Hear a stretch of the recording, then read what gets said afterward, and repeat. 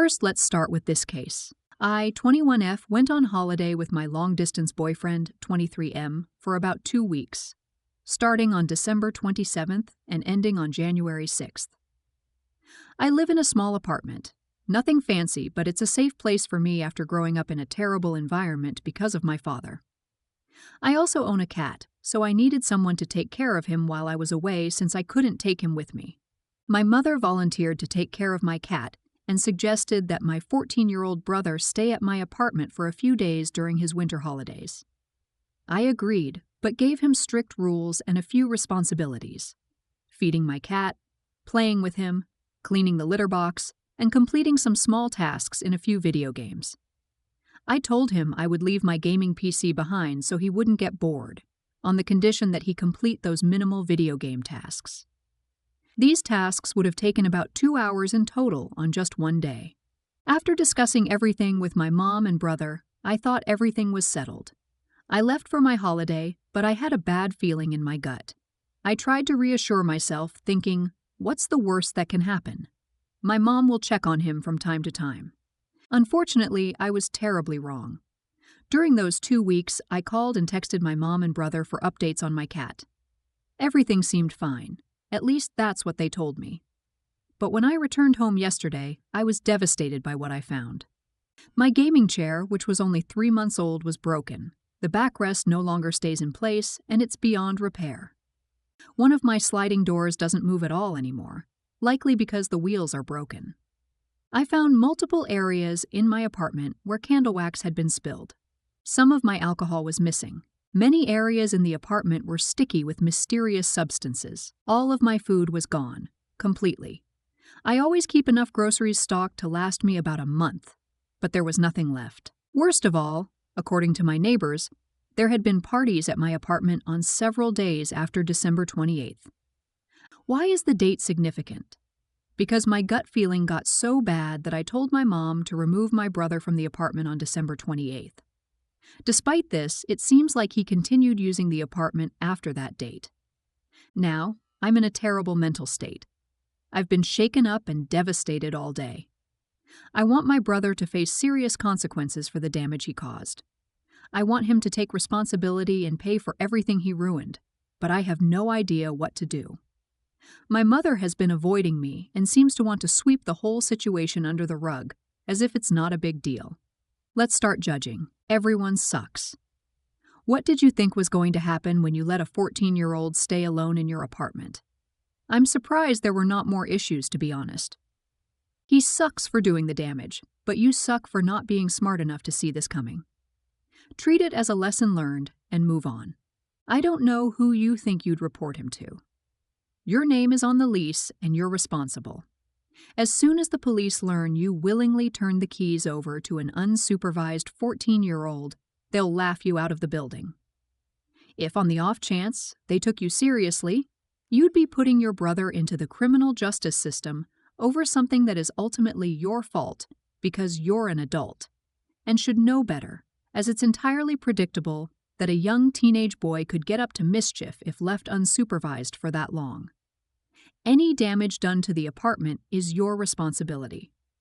In a perfect world, your mother would make your brother pay for repairs. But since it sounds as if that won't happen, it's your problem now. This is all on you. It's not on your mother, it's on you, because ultimately you made the decision to not budget for a house sitter. If you have a pet, it has to be part of your budget anytime you plan a trip away from home. If you happen to have an adult friend willing to do it as a favor, cool, but it's not something you can count on. Turning it over to a child is a crapshoot, and you just found out it wasn't worth it. Write it off as a lesson well learned, and next time, find a house sitter through the Rover app. You're in the wrong. Everyone sucks. This wasn't a good plan. If he had lots of parties, I really hope your cat is okay. Your brother does need to repay the damages that he caused, though, like the chair and door. Clean up the mess you can and cut your losses with the food, etc. And I'd put up some cameras, outside at least. Next up, my boyfriend's aunt invited me to a dinner she hosted for my boyfriend's birthday. When I arrived, everything was pleasant and the atmosphere was good. The aunt asked if I wanted any starters, and I politely declined, saying I would just have the main course. As I browsed the menu, I made sure to choose the least expensive option, which was a meal costing about £25. After we finished eating, the aunt asked if anyone wanted dessert, and again I politely declined. I only had the main dish, no drink, no starter, and no dessert because I wanted to be considerate. I had a feeling the aunt might act strangely about the bill. Now, here's where it gets interesting. Both my boyfriend and I are from the same tribe in Nigeria, but he doesn't understand the language, while I speak it fluently. However, his family thinks I only understand bits and pieces of it. When the bill arrived, the aunt's male friend paid for it. I noticed the aunt glance at the bill, and then I overheard her apologizing to him, saying she hadn't realized it would be so expensive. She also specifically mentioned what I had ordered, implying that my meal was the reason the bill was high. My boyfriend didn't catch any of this because he doesn't speak the language. Then, I overheard her saying that I hadn't given her a birthday present. Her tone made it clear she was questioning why they were paying for me if I hadn't given her anything for her birthday 7 months ago. That really upset me, because I had, in fact, given her and her children Christmas presents, and I had also given her kids' birthday presents. I found her comment unfair and unnecessary. It's been a month since the dinner, and I still haven't told my boyfriend about what happened, because I don't want to create tension or cause any issues. I genuinely want to maintain a good relationship with his family, but this incident has left me feeling uncomfortable, and I'm considering distancing myself from her. I'm unsure about her true intentions and whether she genuinely dislikes me, or if this was just a one-off situation. Just to clarify, when I was invited, both my boyfriend and his aunt made it clear that the dinner was on her. Because of that, I purposely limited my order to the least expensive item on the menu and only ordered one meal. Offering to pay or secretly covering my own bill would have been seen as disrespectful in this situation, which is why I didn't do that. Additionally, her male friend, who actually paid the bill, didn't complain about the cost. He didn't say a word when the bill arrived. It was only the aunt who made those comments, and he didn't even respond when she said them. Let's start judging. You're not in the wrong. Do not let anyone know you are fluent. It will be your superpower to let them be real, thinking you don't understand what they are saying. Now you know with auntie and boyfriend, things are transactional, and they have a long memory.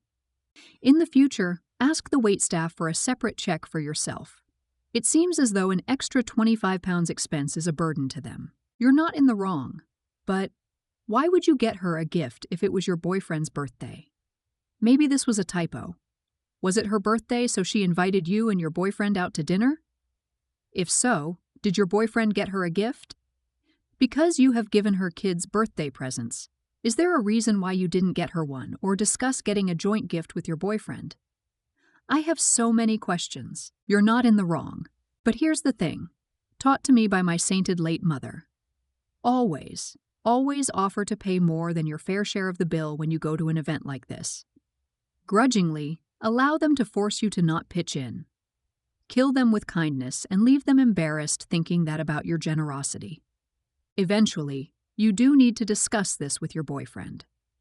If his aunt is poisoning the well with her own companion, you can imagine what she's doing with the rest of the family, under the assumption that neither you nor your boyfriend can understand her.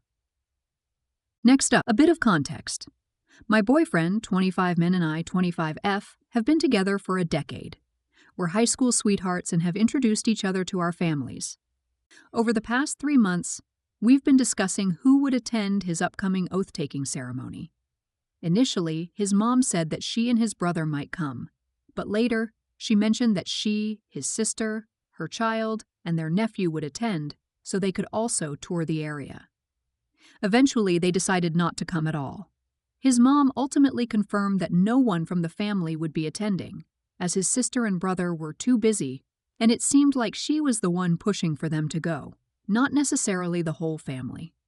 We verified this multiple times over the past few months.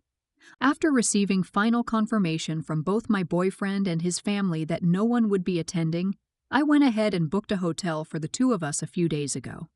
I took the time to find an affordable, comfortable, and convenient place near the venue.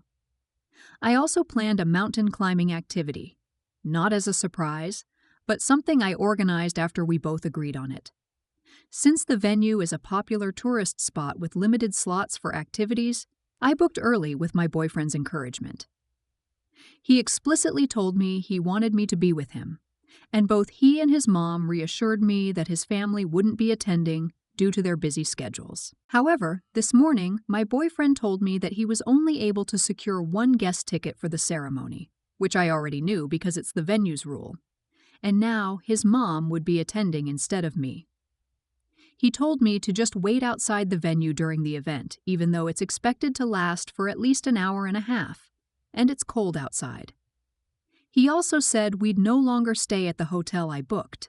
Instead, he wants us to stay with relatives for several days because his mom suggested it, saying it would help us save money, even though we already had a budget and didn't want to inconvenience his relatives in the first place. To make matters worse, on the day we had planned to go mountain climbing, his mom now plans to shop for items for a one-time business, and my boyfriend said he would accompany her instead. This completely disrupted the plans we had made together over the past few months. I completely understand that family comes first, and I know I'm just his girlfriend, but I can't help feeling blindsided and hurt. We had been planning this trip for months, and I made non-refundable bookings based on what we had agreed upon. Now it feels like my efforts and feelings have been disregarded. I'm now unsure of what to do. Should I wait outside the venue for over an hour, go to the hotel and proceed with the mountain climbing alone, or cancel everything altogether? I don't want to be a burden, but I also feel disrespected by how things were handled. P.S. He hasn't contacted me since I told him I wouldn't go to the oath-taking ceremony. I'm still thinking about going to the hotel and doing the mountain climbing on my own, since the bookings are non-refundable. During our last call, he kept frowning when I told him I had to cut the conversation. P.P.S. An oath-taking ceremony in our country is a formal event where professionals are officially recognized after passing a board exam. This license is essential for working in government. P.P. Only one guest ticket is allowed due to venue restrictions on capacity. Am I in the wrong if I decide not to go? Let's start judging. You're not in the wrong. I completely understand that family comes first, and I am just his girlfriend. No. If no one else was able to commit, but you said you were committing, then you should have gotten priority. His mother that can't make up her mind and makes up events last minute should not have priority. I'd be pissed. You're old enough to have a serious discussion about how he conducted himself. Once you make deposits and commit to an event, you can't just cancel without some sort of consequence. You understand that if you stay in this relationship, this will be the pattern from here on out. He will choose his family over you every time. If you are fine with that, great, but if not, you will have to reassess your relationship. You're not in the wrong. Mother or not, she flaked on him several times. Even the siblings couldn't be bothered. My guess is eventually nobody will go to his ceremony because, surprise, something came up. But the level of disrespect to you, my goodness. I wouldn't do that to a 10-day relationship, let alone a 10-year relationship. Next up, I'm currently 31 weeks pregnant with my first child, and I have a loving husband who fully supports me and respects my preferences regarding labor and delivery. As part of preparing for my birth experience, I'm putting together a birth plan, and I've decided that I don't want any visitors at the hospital during or immediately after labor. However, my mom has been insisting that she be at the hospital in the waiting room while I'm in labor and be allowed to come in immediately after the birth to meet her grandchild. My mom and dad are already grandparents to my nephew, who lives more than 5 hours away, so this is their first grandchild who will be in the same city as them. While my dad and in-laws have agreed to respect my decision not to have visitors at the hospital, my mom refuses to do so. My mom is the stereotypical mama bear who insists things must go her way. She has repeatedly told me that I'm being cruel by not allowing her to be at the hospital, saying I can't keep her grandbaby away from her. Meanwhile, my mother-in-law has fully respected my decision, but my mom continues to ignore both my birth plan and my recovery plan.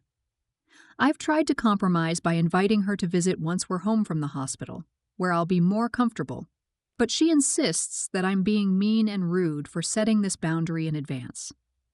She has even said she will track my iPhone to see when I'm at the hospital so she can show up uninvited.